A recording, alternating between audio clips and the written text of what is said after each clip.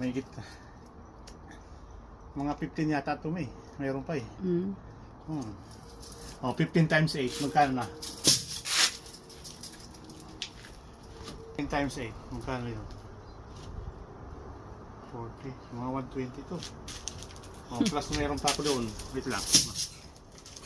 Sama-sama.